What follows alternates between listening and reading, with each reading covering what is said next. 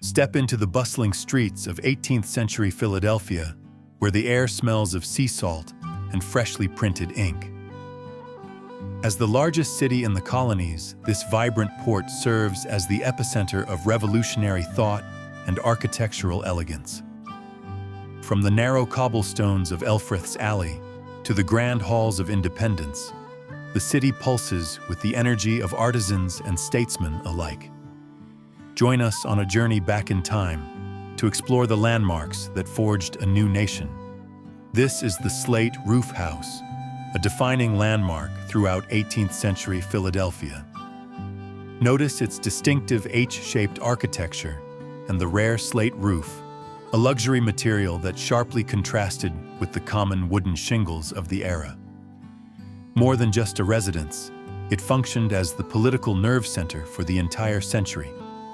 Beginning as the site where William Penn signed the Charter of Privileges in 1701, and later serving as the elite lodgings for John Adams during the revolutionary fervor of the 1770s. Ultimately, this structure acts as a bridge across the era, witnessing Philadelphia's evolution from a proprietary colony into the capital of a new republic. This is Elfreth's Alley, established in 1703 between 2nd and Front Streets. The claustrophobic narrowness of the cobblestone path defines the scene alongside modest Georgian brick row houses standing shoulder to shoulder. More than just a quiet residential street, this alley functioned as the city's engine room throughout the 18th century. It hummed with the noise of blacksmiths, glassblowers, and shipwrights who lived and worked in these cramped Trinity homes, blurring the line between domestic life and industrial labor. This street represents the backbone of the colony, for while statesmen wrote laws nearby, these ordinary citizens built the actual city, leaving behind the oldest continuously inhabited street in America. This is the southeast prospect of Philadelphia around 1720, captured from the banks of the Delaware River. Notice the dense forest of masts flying the Union Jack and the emerging brick skyline dominated by the great courthouse, standing tall against the horizon. More than just a scenic view, this waterfront served as the colony's relentless economic engine, where merchants and immigrants bustled daily, transforming a quiet settlement into a chaotic hub where timber and grain were constantly loaded for export to the Caribbean and Europe. This image represents the explosive prosperity of the era, proving how quickly a wilderness evolved into a metropolis that would eventually fuel the birth of a new nation. This is the Pennsylvania State House between 1741 and 1750, located on Chestnut Street, between 5th and 6th Streets. The symmetric Georgian architecture features hand-pressed red bricks and white limestone accents without the iconic steeple that would be added later. More than just a building, this served as the colonial government headquarters, where legislators debated and lawyers handled provincial affairs. Daily life here involved politicians and citizens gathering to shape the laws of the growing colony. It stands as a powerful symbol of the transition from a British province to the political heart of a new republic, as it later hosted the signing of the Declaration of Independence. This is the Pennsylvania Hospital in the late 1750s, located between Pine and Spruce Streets. The symmetrical Georgian architecture features elegant red brick wings and wooden cupolas rising above a peaceful green courtyard enclosed by a wooden fence. More than just a medical facility, this site functioned as the first public hospital in the colonies, where physicians like Thomas Bond provided care for the sick and poor. Daily operations relied on scientific innovation rather than religious tradition. This landmark represents the Enlightenment shift toward public health and remains a testament to the pioneering matching grant model established by Benjamin Franklin. Benjamin Franklin Printing Office stands at Franklin Court behind Market Street during the mid-1700s. The interior features exposed brick walls and a sturdy wooden common press, alongside organized type cases catching natural light from large windows. Beyond a simple workshop, This space functioned as the colony intellectual nerve center, where printers produced the Pennsylvania Gazette and paper money while debating political ideas. Indeed, apprentices in leather aprons moved quickly to disseminate knowledge to the masses throughout the century. The historic location embodies the Enlightenment spirit and the birth of independent American media, proving that the printed word could challenge the power of the sword. This is High Street Market, located along the median of High Street during the late 1700s. Open structures with sloped tile roofs and red brick pillars dominate the wide cobblestone thoroughfare lined by elegant Georgian townhouses. More than just a retail space, this hub functioned as the city economic heart, where farmers from Pennsylvania and New Jersey sold fresh produce. Every day, people from all social classes gathered here to buy food and exchange news amidst the constant movement of horse-drawn wagons.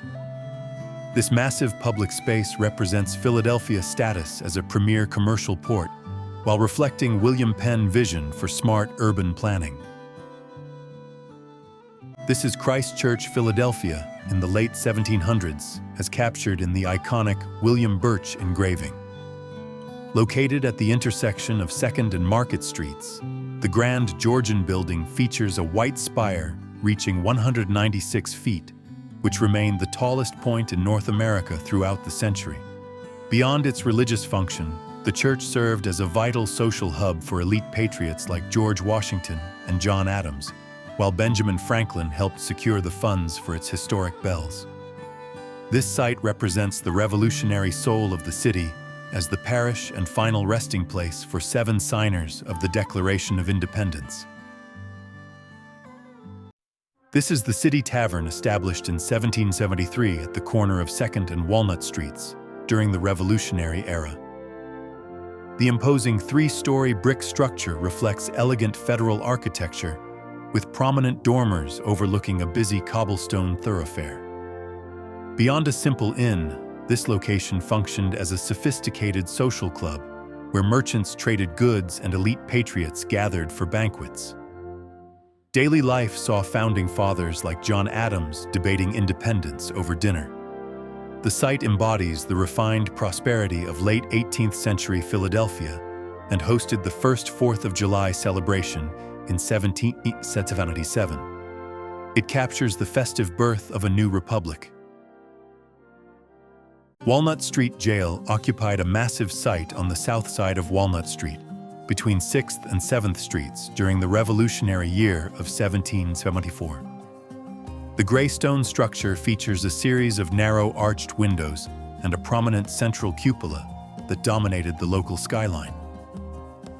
Beyond a standard place for detaining debtors, this facility functioned as a strategic detention center for high-profile prisoners of war during the British occupation.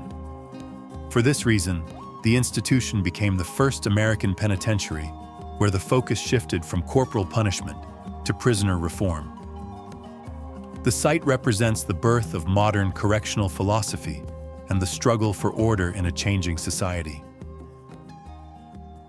Carpenters Hall stands at 320 Chestnut Street within a secluded court after its completion in 1774. The Georgian structure showcases a unique cruciform layout and Flemish bond red brickwork featuring a pedimented entrance and elegant arched windows. Beyond acting as a trade guild headquarters, this space functioned as a private meeting ground where the First Continental Congress gathered to debate colonial rights away from British eyes. Daily life here saw master builders and revolutionary thinkers uniting their craftsmanship with political ambition. Indeed, the site embodies the rise of the artisan class and their pivotal role in forging the constitutional foundation of a new nation. The assembly room inside the Pennsylvania State House on Chestnut Street serves as the stage for the defining moments of the late 1700s.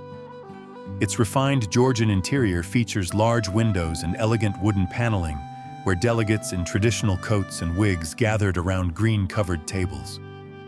Beyond its architectural beauty, this chamber functioned as the intense political crucible for the Second Continental Congress and the Constitutional Convention. Daily operations involved fierce debates among founding fathers to forge a new government. The site represents the collective will for self-governance because it hosted both the signing of the Declaration of Independence and the drafting of the Constitution. This is the President's House at 524 and 530 Market Street, where Philadelphia served as the nation's temporary capital between 1790 and 1800. The three-story brick mansion displays elegant Georgian features such as pedimented windows, while aristocratic figures walk along the dirt thoroughfare. More than just a residence, this building functioned as the primary executive office and diplomatic center for George Washington and John Adams. Daily life within these walls included official receptions and the labor of enslaved people. The site represents the birth of executive traditions and the first peaceful transfer of power. This is Congress Hall, located at the corner of Chestnut and 6th Streets, next to Independence Hall during the late 1700s. The two-story red brick building features a dignified Georgian design with a flag flying above a bustling street filled with horse-drawn carriages. Beyond its simple architecture, this structure functioned as the federal legislative headquarters where the House and Senate debated national policies. Daily operations included presidential inaugurations and the formation of the first two-party system. The landmark reflects the practical success of the young republic because legislators ratified the Bill of Rights here to secure essential liberties. This is the first Bank of the United States on South 3rd Street, completed in 1797. The grand neoclassical building features a massive marble facade with soaring Corinthian columns and a carved eagle pediment overlooking a busy street filled with horse-drawn carriages. Beyond its architectural power, this structure functioned as the first central bank where officials managed national taxes and public debt. Daily operations involved issuing banknotes and providing commercial loans to merchants. The landmark embodies the success of Alexander Hamilton financial vision while standing as the oldest surviving federal building in America. These landmarks reveal that the American story started not just in high halls, but also in narrow alleys and busy markets. It is a shared heritage built by both famous leaders and unknown workers who shaped the soul of the city. Which of these iconic locations would you visit first to experience the revolutionary spirit of Philadelphia? Share your choice in the comments below and subscribe to join us as we explore more hidden chapters of history.